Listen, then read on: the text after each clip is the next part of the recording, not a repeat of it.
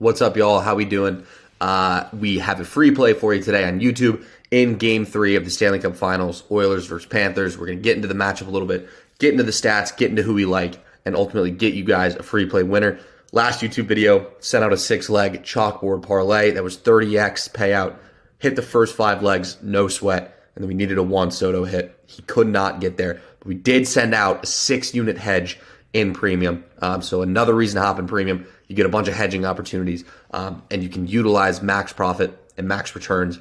Just another advantage. We also have a 100% sign-up code for Chalkboard and Sleeper. Use code CLV, get 100% on your deposit match in free play. So you're able to just throw around no risk, no exposure plays in Chalkboard. We have a bunch of those parlays sent out every day. So go and take advantage of those, along with a BetUS sign-up link, offshore sportsbook.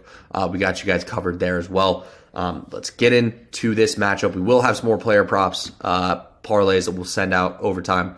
But for now, Game 3, Stanley Cup Finals. Everyone wants to pick. I got you.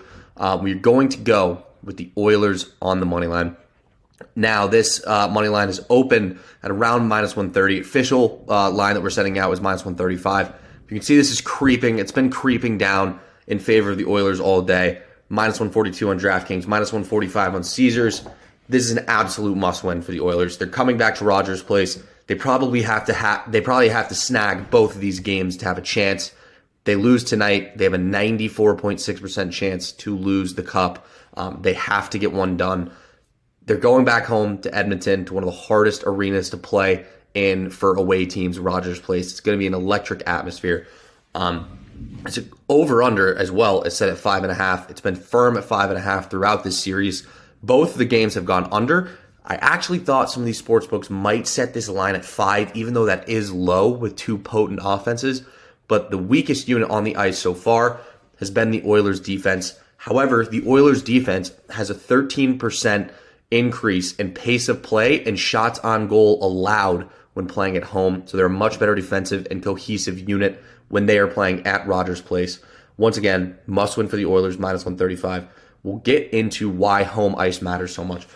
So basically, the reason the Panthers were favored, debatably they're the better team in the series all around, just because the Oilers' defense has been lacking a bit, and the Panthers' goaltender, Bobrovsky, is playing out of his mind.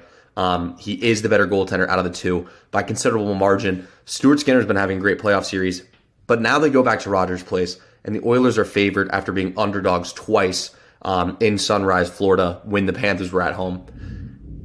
Home ice matters so much, especially home field advantage in sports in general, especially in the playoffs. But in hockey and in basketball, it is absolutely massive. We saw that with the Mavericks last night. The Mavericks were favored minus 2.5 just at home after being 6-point underdogs in game 1 and 2 at Boston. It flips the line so much. The refereeing gets more favorable to the home team. Teams have more motivation, the crowd's behind them, and home ice just matters a ton. We'll get into the numbers of home ice and why it matters so much. So these are some just data points that have nothing to do with momentum or anything like that. But the home team gets a last change on substitutes made after a whistle, allowing their coach to exploit matchup advantages. That's a significant matchup. You want to have your best line out there against their best line, or your best line out there against their second best line, and try to exploit opportunities that way. The home team is allowed to put their stick down last in a faceoff. More faceoff percentages won in the offensive zone, more shots on goal, more shots expected, more scoring opportunities. Everything kind of combines to favor the home team having more opportunities to win the game. And the home team gets to choose whether to shoot first or second in a shootout. Obviously, this advantage is no longer relevant in the playoffs. But if it does go to overtime, when that puck first drops, the Oilers will have the last stick on the ice and hopefully have possession in the very beginning. These are just minute details, but they matter in the long run. They compound and they end up mattering. These are some NHL home ice advantage statistics from the past 5 years here. Total home wins in the NHL that season, followed by road wins. So as you can see, just a massive differential. Absolute massive differential. This is a little bit of outdated data. These numbers are actually even better the past 6 years. But just historically, you can see how much better teams play when they're at home. And this is the combined record here for winning percentage of 54.5%, which translates in cents in a betting market in the betting line to 20 cents on the money line. So 20 cents is factored in for the Oilers. If you subtract that 20 cents, they're still favored in this game. So I like that a lot. That makes the teams neutral when you subtract home ice advantage, and the Oilers are still favored. So they're not just favored solely due to the reason that they are at Rogers Place, even though Rogers Place is one of the hardest places to play. As you can see, home ice advantage, depending on where you're playing, some teams, their home ice advantage isn't as strong as others, but that is not the case with the Oilers. The Oilers have 28-9-6 record, I believe, at home. So one of the best in the NHL, like I've stated. But over here, this is a graph that I was taking a look at. In the first two games, here's the Oilers' record at home here, 28-9-4 at home this year, which is just absurd. But this is kind of a spray chart here that shows scoring opportunities. So here, right here for the Edmonton Oilers, this is Leon Draisaitl. He hasn't converted one of these this series. I don't believe he hasn't scored from that spot on the ice. But that is an absolute moneymaker against a lateral moving guy who's bigger, like Sergei Bobrovsky. They've had their power play opportunities. They just have not been able to convert. And the Oilers' expected goals on the power play is almost 3x what they have scored.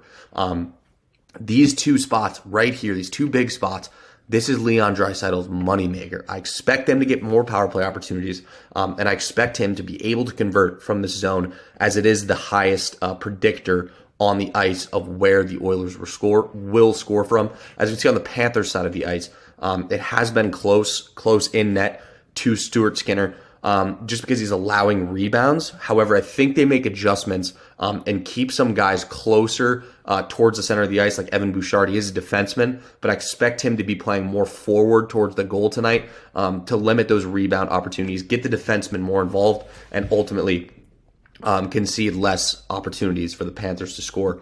As well, as you can see, some of these player props too for the Oilers today are just way different than they were in the first two games. They're expecting way more shots on goal from these players. I think the one that's caught my eye was Evander Kane. His line's at like minus 170 when it was minus 130 the past two games. This is a lot at the angle I took in game two with the over. There were so many power play opportunities. Both teams were overly aggressive, wanted to succeed, wanted to get those power play opportunities and convert them, but they just couldn't. They just could not convert the power plays, and the game went under by one goal. But the chances are there, and this is just a little line movement tracker. As you can see, it's been pretty stiff, but the Oilers have been consistently favored, and that translates to an odds of 54.6% to win the game.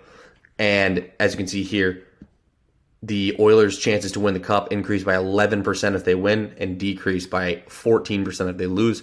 If they win this one, though, that's the momentum builder to have more confidence to win in Game 4. Teams that drop Game 3 are more likely to drop Game 4 rather than if they win Game 3, less likely to drop Game 4. Just a mental thing and a momentum thing here.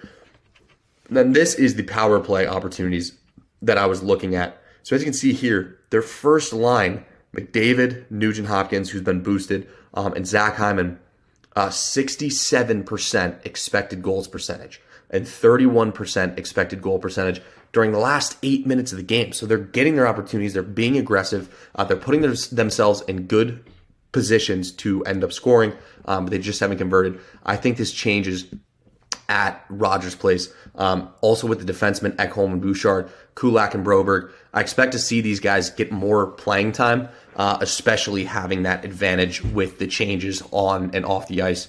And then power play last game, as you can see, was just abysmal, but the chances were there. All in all, I think the Oilers get it done. I think we see a bunch of power play opportunities. I think they're able to convert, especially looking at the spray chart of where they've had their most likely opportunities. We're going to go from there. Oilers minus 135 is your Game 3 playoff pick. Best luck as always. See you in the next one.